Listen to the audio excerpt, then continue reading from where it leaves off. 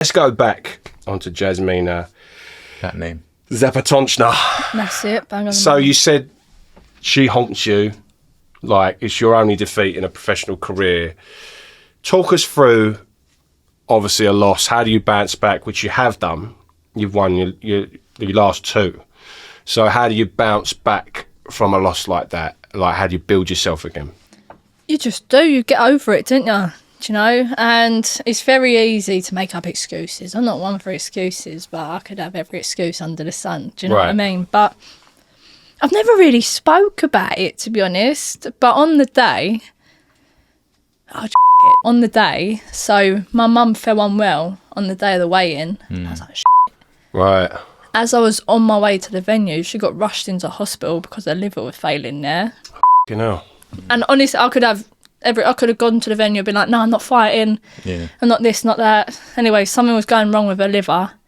And I'm like, I'm here now. Do you know what I mean? Like, I'm going to have to take it on the chin. I was like, I'll be all right. In hindsight, obviously not. Right. Do you know what I mean? Obviously not. Yeah. But my pride was too big and I was like, it, go there, see what I could do. And then nothing happened. Do you know what I mean? So it does. So, well, I mean, to relate to you a little bit, I was a bit unsure whether to do today. I just found out my mum's got breast cancer, like yesterday, which is, it's one of them things where you feel really confident. And again, I'm only trying to relate to what you're saying. Like, you do get this percentage of you that's knocked. Yeah. And I think you don't even notice it, do you? Nah, and I'm one of them. Like, it won't come out of me till months later, you know. And it's one of them things. Like, it does. You say you're all right, but it affects your day. I can't 100%. imagine you going into a fight. Like, I'm just talking about something as little as me sitting in my back garden doing something that I love. Well, we love, you know, as interviewing great guests. But to go into a fight when I think that's pretty fair. No, Maisey. no, that's why I don't. I could easily sit here and scream and shout and pass the blame and pass the buck. Do you know what I mean? But at the end of the day, I didn't win, but my mum's all right. Yeah. How was that information passed to you before the fight? No, because my mum was supposed to sit ringside. But bless her, she's all right now. It was liver fat, something like that. Something was going on with her liver. I don't know. It was bad enough to be rushed to hospital. Do you know what I mean? But yeah, she's all right, and that's all that matters. Do you know what I mean? At the end of the day, my career goes on. It might have been stopped or halted for a minute there, or been beat by someone on the day that still might have beat me anyway. Do you know what I mean? It's just life moves on, and the things that matter. Does it help that you got rid of that O on your record now? Yeah, I ain't scared of anything anymore. Obviously, I still want it to be there. Do you know what I mean? Don't get me wrong, but... Yeah, but the greatest fighters of all time ain't got O's. No, exactly. I've said that. Makes you feel a bit better about yourselves, doesn't it? But, listen... I lost plenty of races. No, exactly. Things move on. Life moves on. And as long as your family are right, you've got somewhere to live, and you're comfortable, and you've got food on the table, then the rest of it, innit? Thanks for sharing that with us, though. No, it's all right. You didn't have to say all that. I really appreciate it. I've sat there thinking about it. So many people have excuses. I don't know. I've got an hand injury. I've got this. I've got that. Whatever. I've got a bad stomach. And then remember, John Ryder said to me, he was like, "You're the only person I've ever met that's lost a fight and had a real reason, and then not said nothing." Yeah. No, I don't need to scream and shout about it. Do you know what I mean? That rematch needs to happen with Mum ringside. And get that back, mate. That would be incredible. Make her a ring girl, I think. If I keep an eye on her, then, you know what I mean? She does her honour. Oh, wicked. Look, we're talking a little bit there about losses and rebuilding and stuff like that. I mean, how important... I mean, you seem level-headed anyway, but, like, what do you do for your mental health? Like, if stuff's getting a bit too heavy, I mean, you ain't got to tell us any other stories if you don't want to, but, like, you have routines to keep yourself in check, or does Matchroom give someone to talk to, like, almost like a psychiatrist a little bit? The gym does. We have a mindset mentor. Right. But I'm quite lucky in a sense, because I've got... So you obviously have a lot of people that come on here in AA and stuff, yeah? They're very strong-minded people.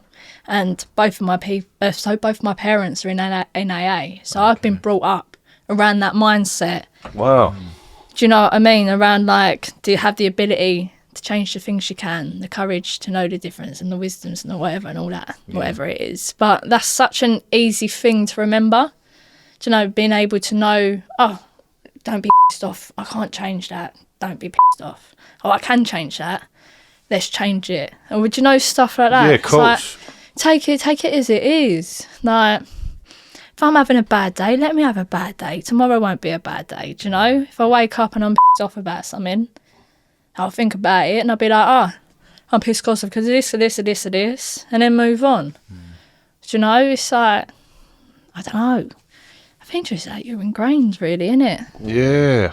I didn't know that about your parents, AA and stuff like that. So No, it's anonymous, isn't it? No, I know. Just saying, but no, I think, I don't know, it's like, it's how you look at life, I think. Yeah. You know, like, obviously having a mindset might not can make it more relatable to sport and how it can impact that.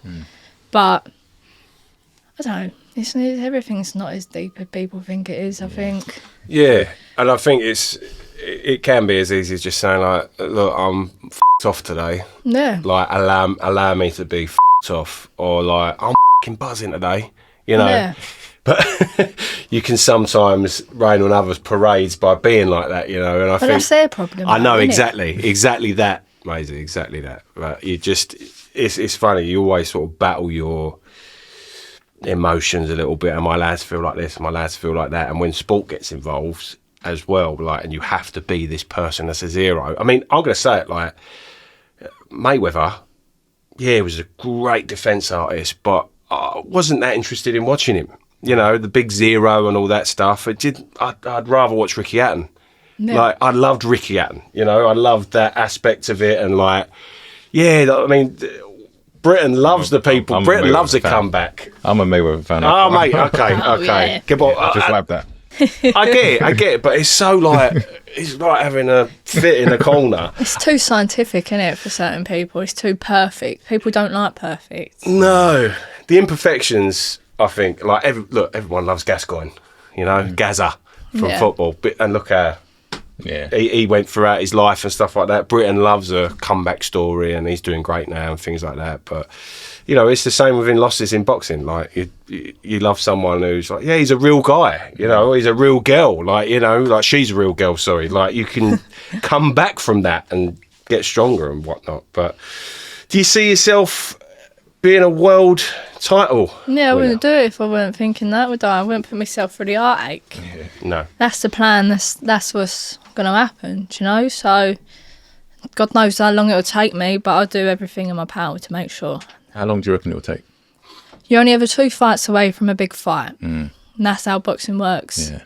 And if you put yourself in positions where you're able to make that happen, then the stories half already wrote itself. Do you know what I mean? So it's just having the belief in yourself, you know? You take a big fight, you get beat, all right, 3 fights away from a big fight. And then you start again, you know? So it's just about taking the opportunities, performing on the day, and then carrying on, doing the same thing again. Don't get too big-headed because you've got loads of money in the bank and you're walking around with a Rolex on and your new motor. Do you know what I mean? I got on a bus on the way here. Do you know, like, that's just the way the story goes. Yeah. It's just, you pick yourself up, you carry on and you do it again. Or you get a lift on the way back. I'll give you a lift to the station. Touch. Thank you for that, mate. Right, let's have a little look at this. What do you think of the state of female boxing worldwide at the moment?